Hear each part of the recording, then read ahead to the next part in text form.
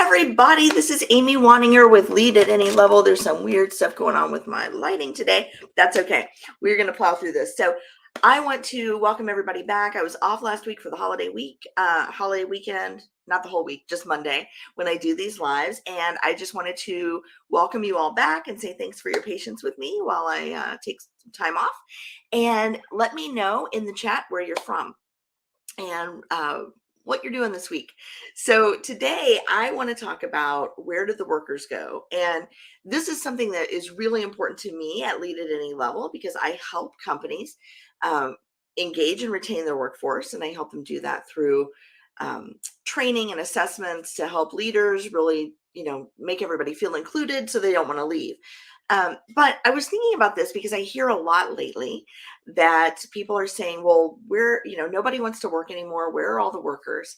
And I've been thinking a lot about this. And I was on an advisory board meeting last week, and I brought up some points in that meeting that felt pretty obvious to me, but then I realized that they weren't obvious to everyone else. So I want to share them with you. So if you work in a company or an industry where people just don't seem to be there anymore, like there are lots of empty desks, lots of empty seats, lots of people not applying for jobs, then this is the session for you. If you work in one of those companies or one of those industries and you know that your manager is really concerned about workers and where did the workers go, please share this with them. Share this with your executives, because I think that what I'm going to share with you might be a little bit different maybe than some of the common wisdom around where the workers went in 2021 and 2022. So with that, let's just jump right in. So I have kind of four ways to think about this today. The first is, and we talked about this forever, and then all of a sudden we forgot that we had been talking about it forever. So I'm a Gen Xer, and I've been hearing for probably 20, 30, 20 years at least, that there was a retirement cliff in a lot of industries, that boomers were going to retire. And for a lot of years, I heard people like me say, well, 25% of our workforce or 25 or 40% of our workforce is, one bad day away from retirement. And that's absolutely true. And it's been true. And the problem is that in the last couple of years, people had a lot of bad days.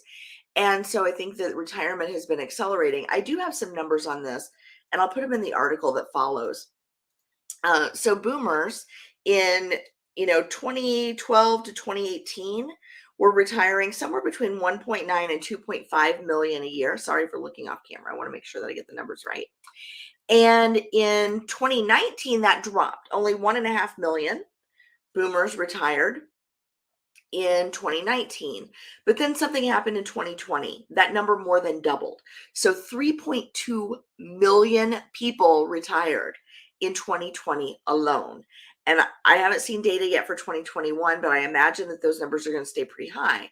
So even though we pretend like we weren't talking about this for at least a decade, every economist, every workforce development person, every HR guru for at least a decade has been talking about this retirement cliff. And so it actually happened. We are going over that retirement cliff. There are a lot more people retiring now than, each year in the last couple of years than were retiring per year before that. The boomers are a very big population in our workforce, and they have been for quite some time. Now, if you look at the way generational data shifts, you'll see the boomers are becoming less and less a block, right? Their representation in the workforce is dwindling because, one, they're retiring, but also because millennials are fully integrated into the workforce now, and Gen Zs are starting to come in. So, boomers are kind of aging out of the workforce in some cases and being replaced by younger workers. So that's happening. The problem is because the boomers were such a big generation, right? There was a baby boom. Then, that's a lot more people leaving than coming in to replace them. So that's number one. So just remember that we knew this was coming, first of all. So it's not that people that the boomers don't want to work. It's that they've been working for, 50 years in some cases, maybe more, and they're tired and they're ready to go live their lives. So let's not begrudge boomers the opportunity to retire.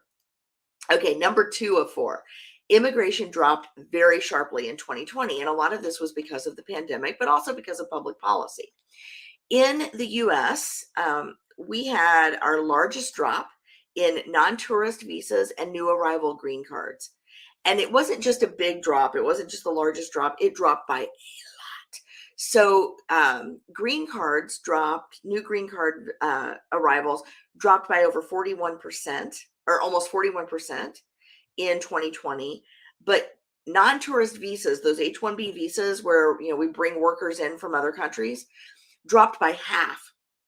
So we actually had 1 million fewer H-1B visas and non-tourist visas in the US beginning in 2020. So if you think about that, that's cumulative over a couple of years. And again, I don't have data for 2021 yet, and 2022. It's still too early, but we are seeing a lot fewer workers coming into the US from outside the US. So, a 1.5 million baby boomers retired in 2020 that would not have otherwise retired. And now we're looking at 1 million people not coming into the country to work to fill jobs. So now we're at 2.5 million people that we just don't have. And that's just for the non-tourist visas.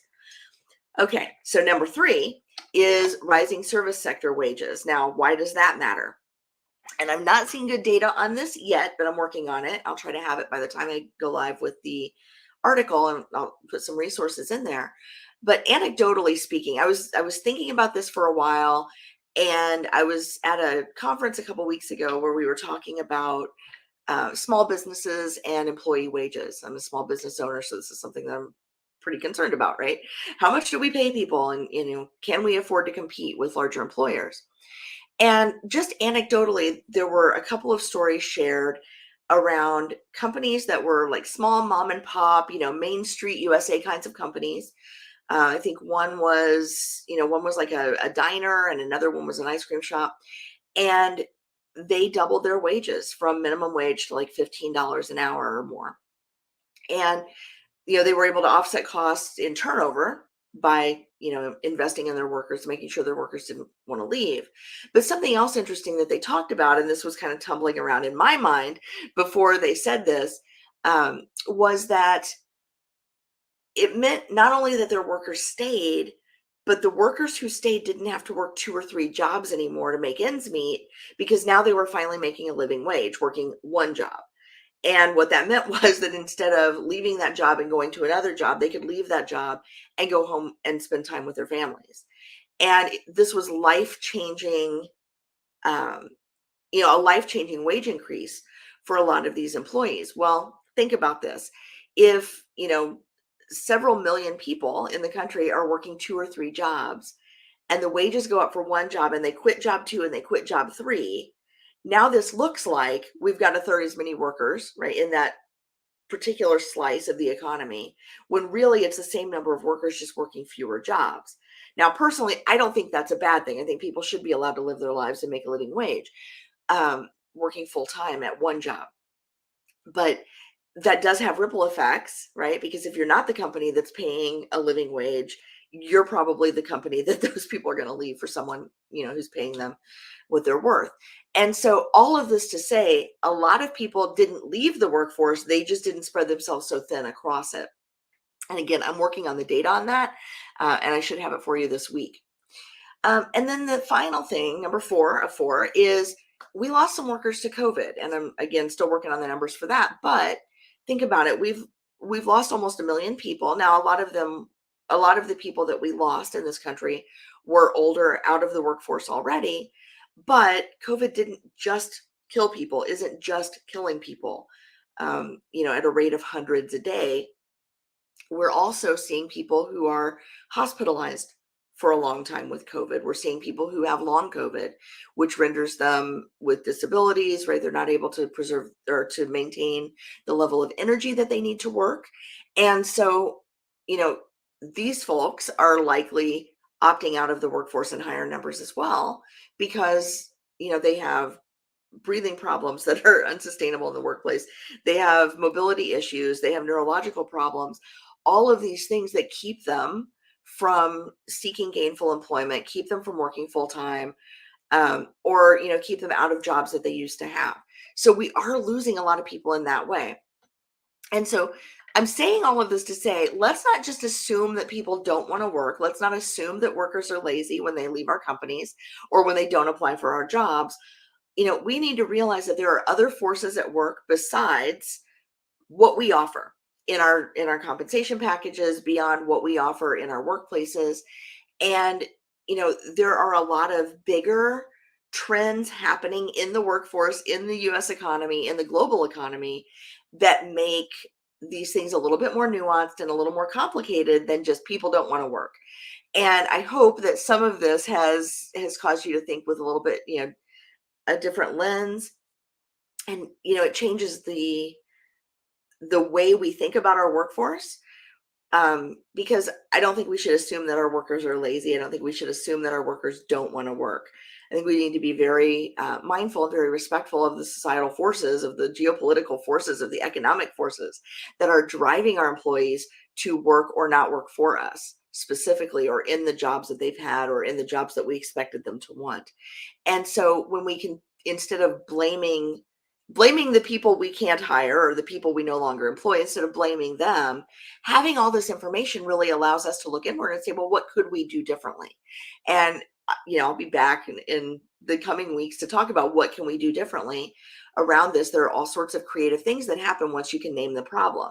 So if you think about, there's a retirement cliff. Okay, what could we do as an employer to offset the impacts of the retirement cliff? Well, we might want to engage part-time workers who are retirees, or we might want to do some more workforce development for incoming, younger workers, or create mentorship programs, or scholarships or something like that, so that we can get more people into our companies that are coming into the workforce. But there might be ways that we can retain people on their own terms who are exiting, or who would otherwise exit for retirement. For immigration, right, there might be opportunities to create remote positions if we can't find workers in the US and we can't find people locally who can do the work, or even people who can do the work remote who are in the US. Maybe this is a good time to partner with some staffing firms who work outside the US and try to get some of that remote work done outside.